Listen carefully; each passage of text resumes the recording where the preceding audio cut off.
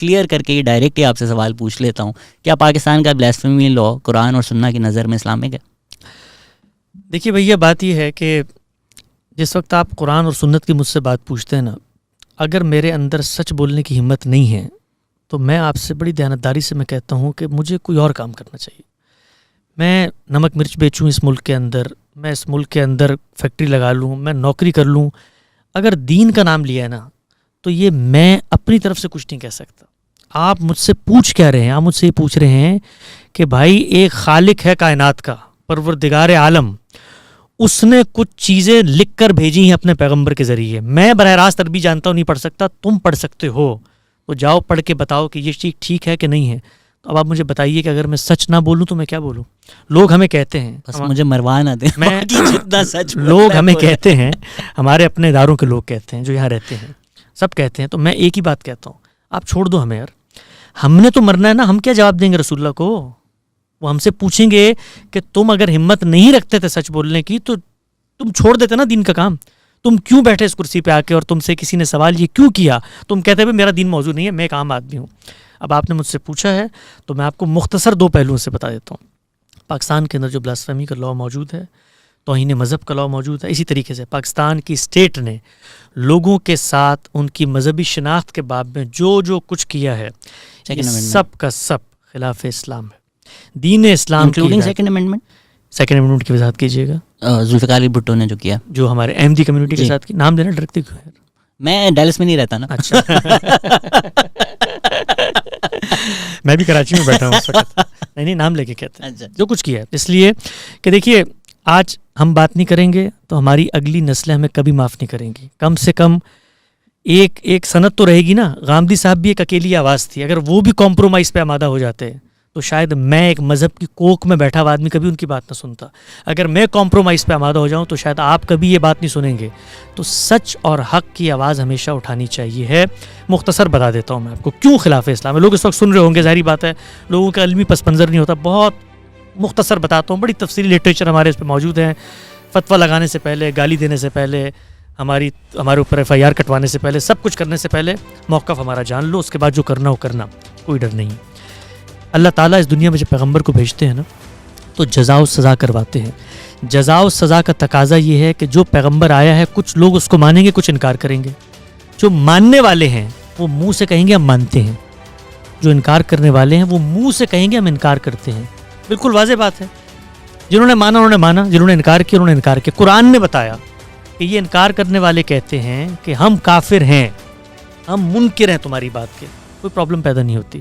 ایک کافر ہے, ایک منکر. آج آپ آ کر مجھے کہیں کہ میں کافر ہوں بھائی, میں نہیں مانتا, تو آپ کافر ہو جائیں گے. کوئی شخص آ کر کہے کہ میں جانتے بوجھتے انکار کر رہا ہوں.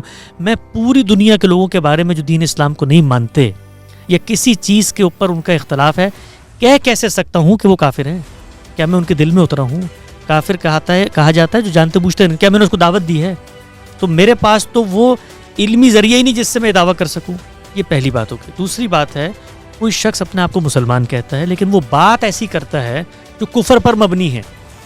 مثلا جو احمدی حضرات نے کی ہے, ہم اس کو کفر کہتے ہیں. ان کی بات کو ہم یہ کہتے ہیں کہ پیغمبر کی ذات کے بعد کوئی شخص روئے زمین پر قیامت تک پیغمبر کی کسی حیثیت میں تعلق کا دعویٰ نہیں کر سکتا. میں ذلی نبی ہوں, میں بروزی نبی ہوں, میں حقیقت محمدیہ کا ظہور ہوں, میں نہیں کر سکتا. یہ کفر ہے, یہ عقیدہ ختم نبوت کے خلاف ہے. لیکن تم کون ہو بتاؤ؟ وہ کہتا ہے میں مسلمان ہوں.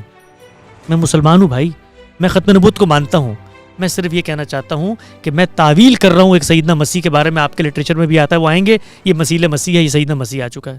یا ختم نبوت کی آیت جو تھی اس میں کہا گیا تھا کہ نبوت کا سلسلہ ختم ہو گیا لیکن اس کی حقیقت جاری رہے گی. لہٰذا اب وہ مجھ سے کیا کر رہا ہے؟ انٹلیکچوئل ڈیبیٹ کر رہا ہے, تعویل کر رہا ہے اپنی بات کی. تو تعویل میں اس سے گفتگو کروں گا, اس کو بتاؤں گا کہ تم غلط نظریے پہ, اس کو بھی بتاؤں گا. اور ان کے بارے میں تو بڑے حساس ہو جاتے ہیں لوگ. یہ پوری کی پوری بات اس سے 1000 گنا زیادہ گہری باتیں ہیں جو مسلم تہذیبی روایت کے بڑے صوفیہ کرتے ہیں. میرے چینل پہ آپ جائیں, غامدی سینٹر کے, وہاں پر وہ انیمیٹڈ ویڈیوز موجود ہیں جہاں نکال کے بتایا ہے کہ شیخ عبد القادر جیلانی کیا کہہ رہے ہیں, یہ باقی بڑے بڑے امام غزالی کیا کہہ رہے ہیں, شاہ ولی اللہ کیا کہہ رہے ہیں. یعنی یہاں تک کہا جاتا ہے کہ اولیاء کے اندر بھی انبیاء ہوتے ہیں, لیکن سب علم اس کی تعویل کرتا ہے اور ان کو مارجن دیتا ہے. تو ہم صرف ایک بات کرتے ہیں کہ احمدیوں کے ساتھ یہاں اس ملک میں جو کچھ ہوا وہ خلاف اسلام تھا. حق کے تکفیر کسی کے اوپر حکم لگانا یہ دینی عمل ہے کہ میں کسی کو تم کافر ہو, یہ دینی عمل ہے. دینی عمل کے لیے استقرار حق چاہیے, پہلے خدا کی سینکشن اور پرمیشن مجھے چاہیے, مجھے کہیں قرآن میں نہیں تھی, اور قرآن نے جو کی اس لیے کہ خدا نے سزا دینی تھی, تو میں کیا کروں گا, یعنی پھر میں خدا بن جاؤں زمین کے اوپر, میں لوگوں کو یہاں پر عذاب بھی دوں, تو یہ میرے دائرے کا کام نہیں ہے. اس معاملے میں اصل قانون کے اوپر جب تک بات نہیں کریں گے تب تک جو کچھ اس کے کلوریز ہیں اس کے اوپر بات نہیں ہو سکتی, لوگوں کو سمجھ میں نہیں آئے گی. اس کے بعد جنید حفیظ جیل میں سڑے گا 9 سال.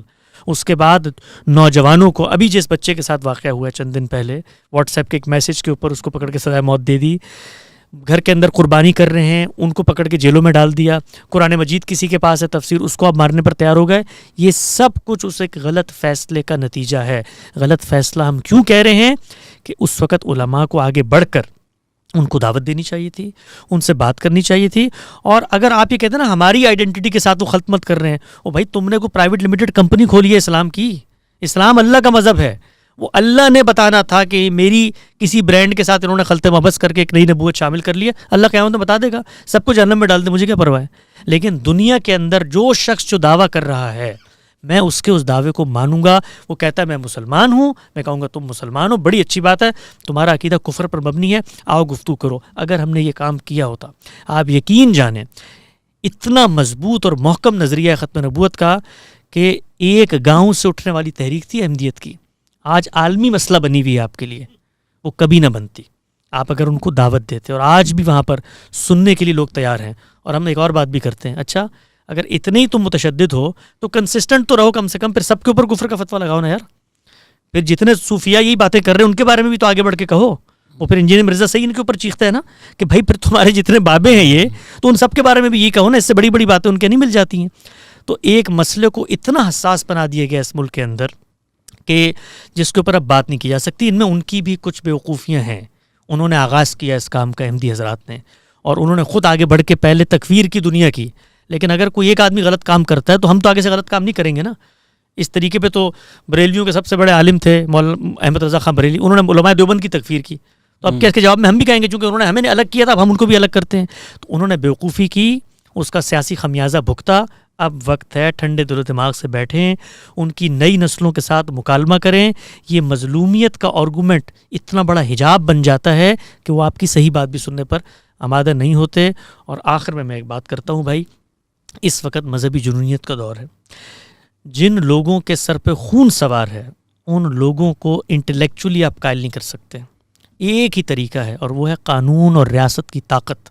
جس ریاست کی طاقت نے ان کو اتنا مضبوط کیا ہے, اس ریاست کی طاقت کی اب یہ ذمہ داری ہے کہ وہ ان کو ڈسارم کریں اور انٹلیکچوئل ڈیبیٹ پہ آمادہ کریں. مجھ پر, ہمارے پورے نقطہ نظر پر وہ تکفیر کے فتوے لگائیں, وہ باتیں کریں, کوئی مسئلہ نہیں ہے. لیکن جس وقت وہ موب جسٹس کرتے ہیں, جس وقت وہ ڈنڈے لاٹھیاں نکال کے لے آتے ہیں, تو اس کے بعد کہیں گفتگو نہیں ہو سکتی. اس کے بعد مجھے اس ملک میں رہنے کا کوئی حق نہیں ملتا, پھر مجھے اٹھ کے جانا پڑتا ہے یہاں سے. تو اسٹیٹ کی یہ ذمہ داری ہے. انٹلیکچوئل ڈیبیٹ ہے, مذہبی ڈیبیٹ ہے, ایک نقطہ نظر ہے. کہتے ہیں قانون بن گیا, قانون کو مانتے ہیں یار ہم, قانون بن گیا, مجبوریاں نا کیا کریں. قانون بن گیا, اس ملک میں آپ شادی نہیں کر سکتے ان کے ساتھ, اس ملک میں آپ ان کو تفسیر نہیں دے سکتے, اس ملک میں اپنی عبادت گاہ نہیں بنا سکتے. قانون تو بن گیا ہے, لیکن قانون خدا کا قانون تو نہیں ہے نا, انسانوں کا بنایا ہوا قانون ہے. ہم اختلاف کرتے ہیں.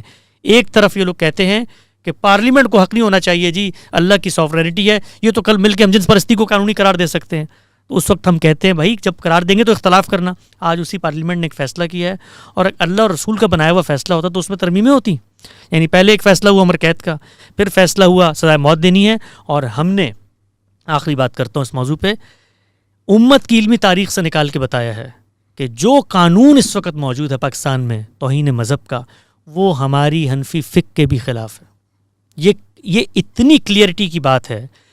آج ایک نوجوان جو میری بات سن رہا ہے, گوگل کرے, جائے فقہ حنفی کی اردو میں کتابیں موجود ہیں, اس کے اندر لکھا ہوا ہے توبہ کرے گا, بتائے گا. ہمارے فقہاء اس پہ بحث کرتے ہیں, کوئی کفر کا کلمہ منہ سے کہہ رہا ہے نا, تو وہ کہتے ہیں یہ جہالت پر مبنی کہہ رہا ہے, اقرا پر زبردستی اس سے کوئی کہلوا رہا ہے, اس کو علم نہیں تھا. یوں نہیں کرتے کہ منہ سے بات نکلی اور اس کے اوپر آ کے آپ نے تکفیر کر دی.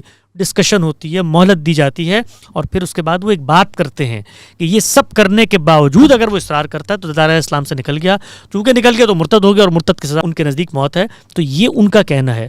اس کے مطابق بھی پاکستان کا قانون نہیں ہے. یہ بظاہر بڑا چھوٹی سی بات ہے قانون, لیکن ہم نے اس سے دنیا کو ایک میسج دیا ہے. لوگوں کو ایک میسج دیا ہے. جب اسٹیٹ یہ کام کرتی ہے نا تکفیر کرنے کی, اس کے بعد مولوی بھی یہ کام کرتا ہے, اس کے بعد چھوٹے چھوٹے اختلافات پر لوگ بھی یہ کام کرتے ہیں. تو اس کو ریورس ہونے کی ضرورت ہے. یہ ریورس ہوگا تو ہمارا ملک آگے بڑھے گا.